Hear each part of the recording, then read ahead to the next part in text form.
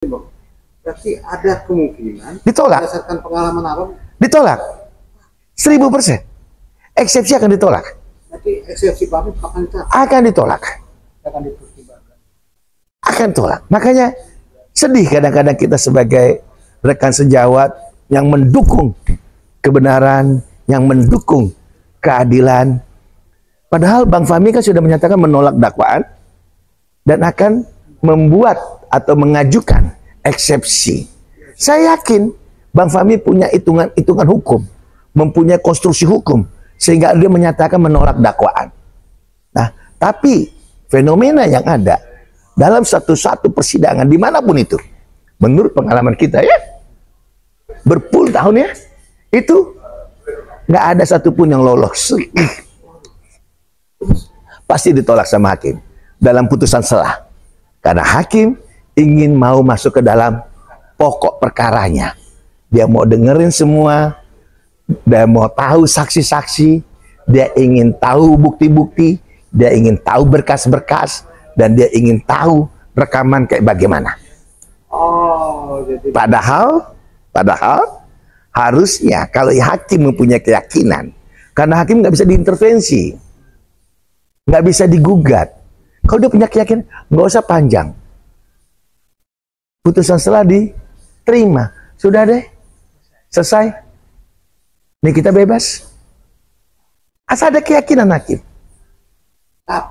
Tapi 1000 kasus satu pun nggak ada eksepsi diterima dalam putusan selah.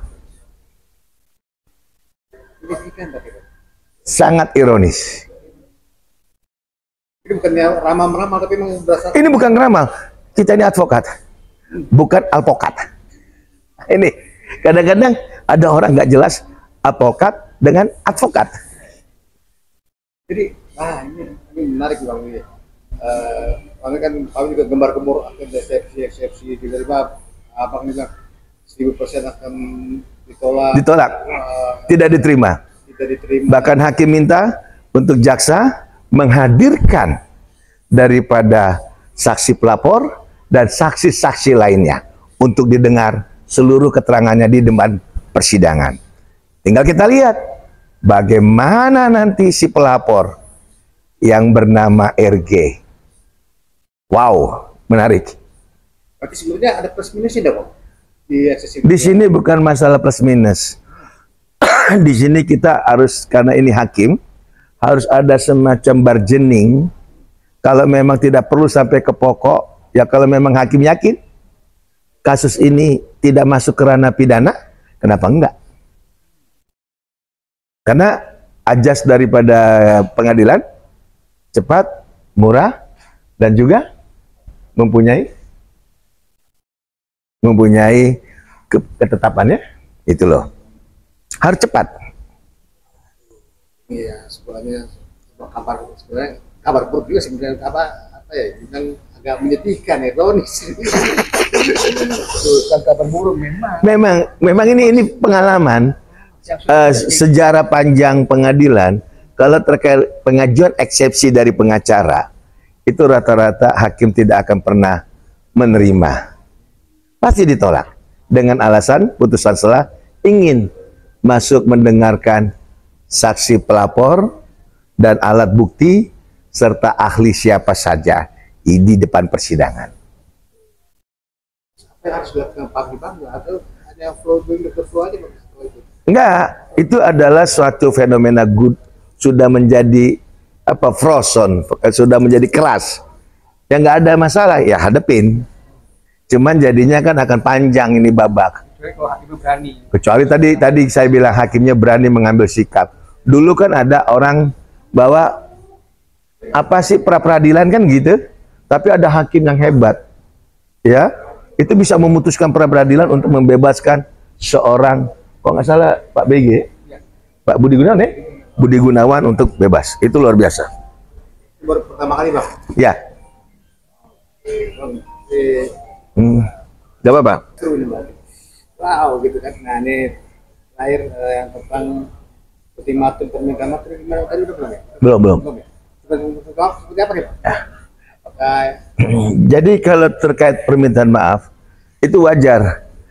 Karena Fahmi sudah mendengar dakwaan, tidak ke arah kliennya, dan Fahmi mempunyai satu keyakinan atas laporan-laporan yang Fahmi sudah lakukan di Polda Metro, dan juga Fahmi telah masukkan gugatan. Makanya satu hal yang wajar, kalau dikasih ultimatum sama Fahmi 7 hari ya, untuk minta maaf. Ya tergantung orang itu mau minta maaf apa tidak, gitu loh. Oh nggak mau, ya sudah. Berarti ultimatum itu jalan.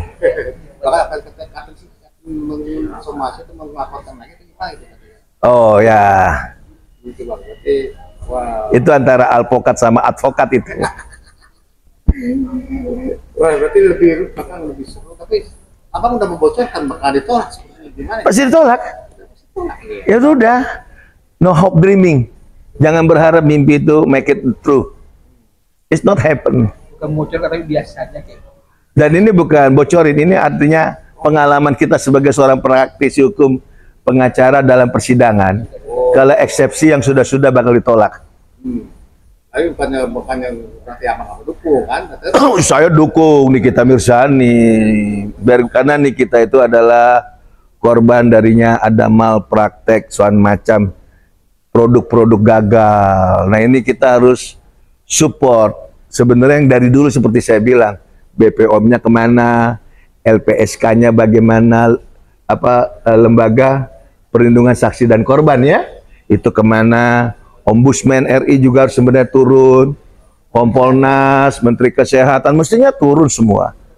Apalagi terakhir kan yang menarik tuh, ini kita berteriak minta Pak Prabowo, walaupun Pak Prabowo sebagai eksekutif tidak bisa intervensi dalam hal masalah yudikatif atau masalah hukum. Tapi itu